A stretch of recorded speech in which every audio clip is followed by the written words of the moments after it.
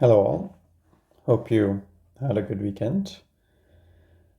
I was finally able to get into diamond yesterday and then have been collecting a few chests in diamond as well. It's always good to be in that position, especially based upon the current situation that I'm in, which is saving up for 7ER. So over the weekend, I was able to get to the heavy choppers. Then I did a bit of backfilling.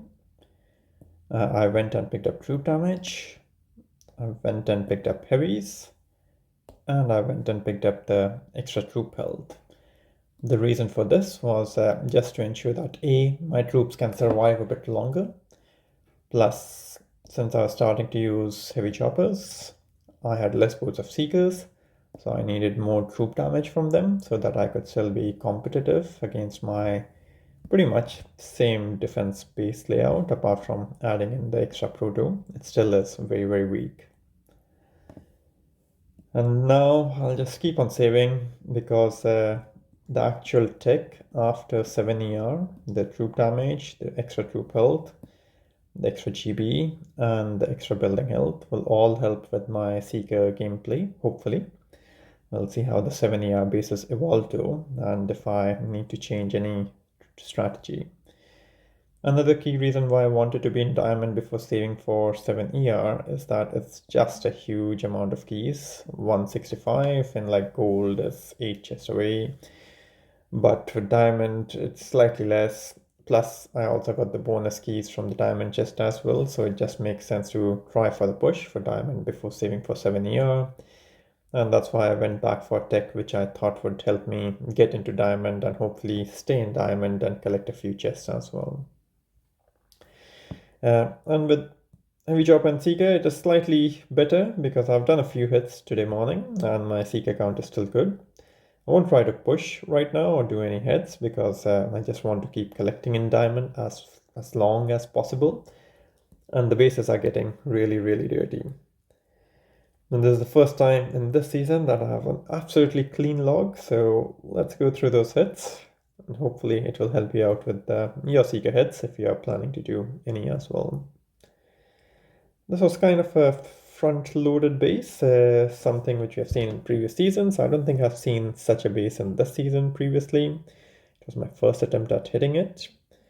So I started off with 4 heavy choppers so that I could get some extra heavies on board, and I had already picked up the heavies, troop damage, and I think even the troop health, but I don't think I had it maxed out at this stage, but we'll find out based upon how quickly my heavies are dying. Maybe I didn't have troop health, to be honest, for this set. And then I bartered out one of the top ERs so that my seekers wouldn't get split up over there as they were clearing down the second ER. And then it was just a case of keeping the heavy choppers moving forward, the heavies hopefully clearing off a few of the mines, and then letting the seekers get to the ERs, do the reflares, and then the final bit of barrage, artillery, whatever you have for the remaining ER. And Bullet actually worked out quite well in this set because he kept the shock blaster distracted. Otherwise, he would be just picking off the seekers from behind, which is never really good fun. Next one, 308. Oops, don't need to speed it up. So another sort of like compactish right 6ER. And for this, I just went back to 3 heavy choppers and 5 boats of seekers. A few of the seekers went from the other side too. It was always annoying, but it's okay. In the end, they didn't make too much of a difference, but if more had gone that route, then I would definitely be more annoyed. But then it's just a simple case of using seekers, heavy choppers, and bullet. You just need to keep your heavies moving forward, bullet taunting the defenses as he goes around. Just be careful of what bullet's taunt duration is, and you can check that in the stats as well based upon your bullet's level. And just ensure that you are either mentally counting it or within the timer on the screen, you're just having a view of it every now and then to see when to taunt bullet again. Next one, 309. So a slightly less beefy base because he hadn't picked up shock launchers up till now. So probably a player who had just gone into 6 ER territory. So for this one, I bartered out one of the ER, and if I remember correctly, it's 2 barrage and 4 artillery to take down an ER at 6 ER. While for 5 ER, I was using 2 barrage and 3 artillery. Then just the usual mine sweeping with the heavies and heavy choppers. Hopefully not too many seekers get stuck in shock mines. Those are the only thing.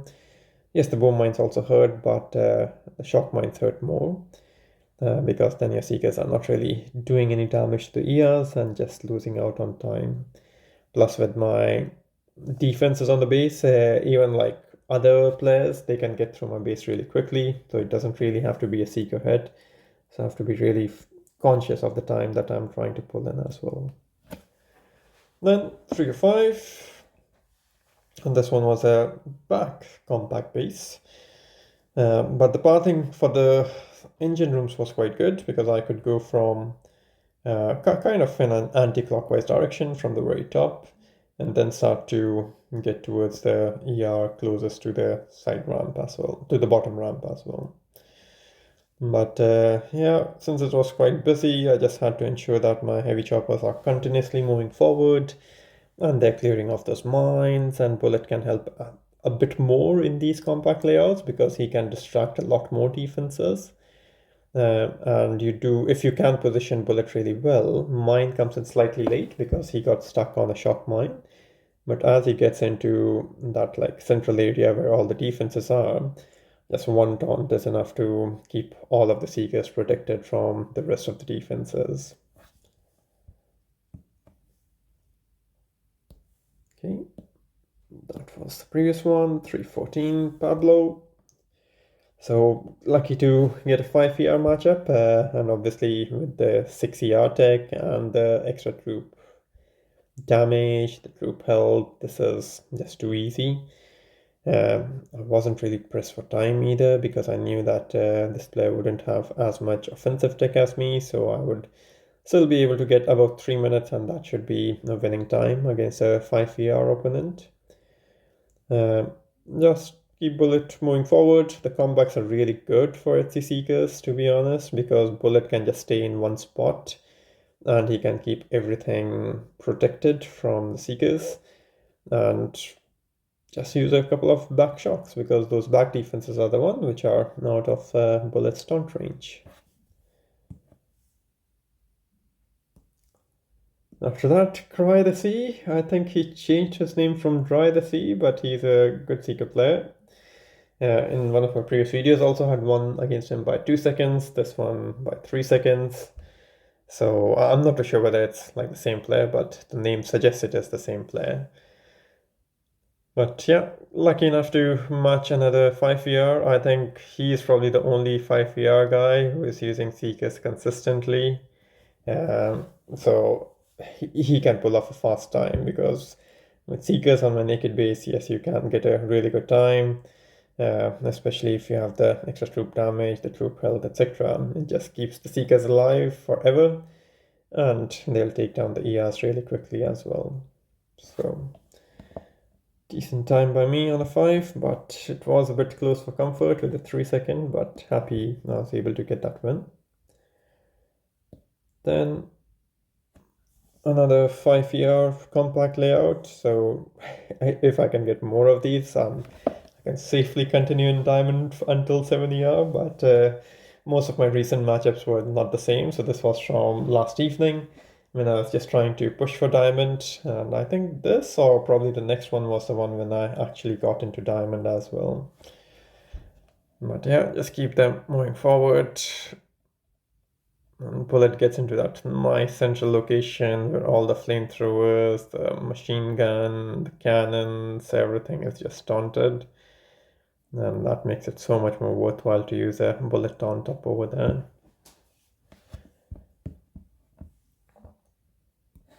Okay, that was that. Yeah, still 20th. And this is probably when I jumped into 21. I'm not too sure how that works over here. Maybe this was the last hit and I was already 21. Yeah, I think this was the last hit.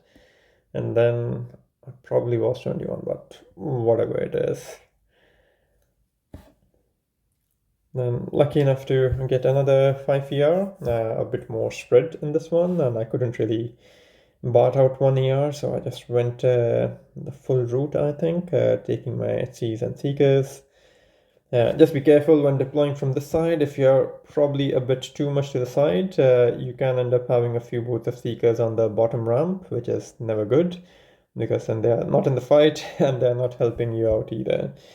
And you can either get a low time because you have only maybe 3 boots of seekers if I was doing my current hit, or if your 3 boots of seekers die out, then you could just end up fizzling too. I think it did happen to me once quite early on when I picked up HCs.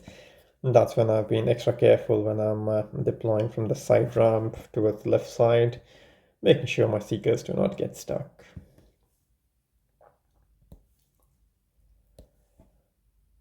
Then King of 7. So this was the hits from today when I had reached diamond last evening. And I was just trying to get a couple of hits in to secure the diamond chests. I think I had 2 of the diamond chests to be collected. So 2 hits to get those done because I had saved some ERs from the previous hit when I had done a force close after the end of that hit. So probably, yes, the last opponent was the one which actually got me into diamond, and then today's hits just secured that.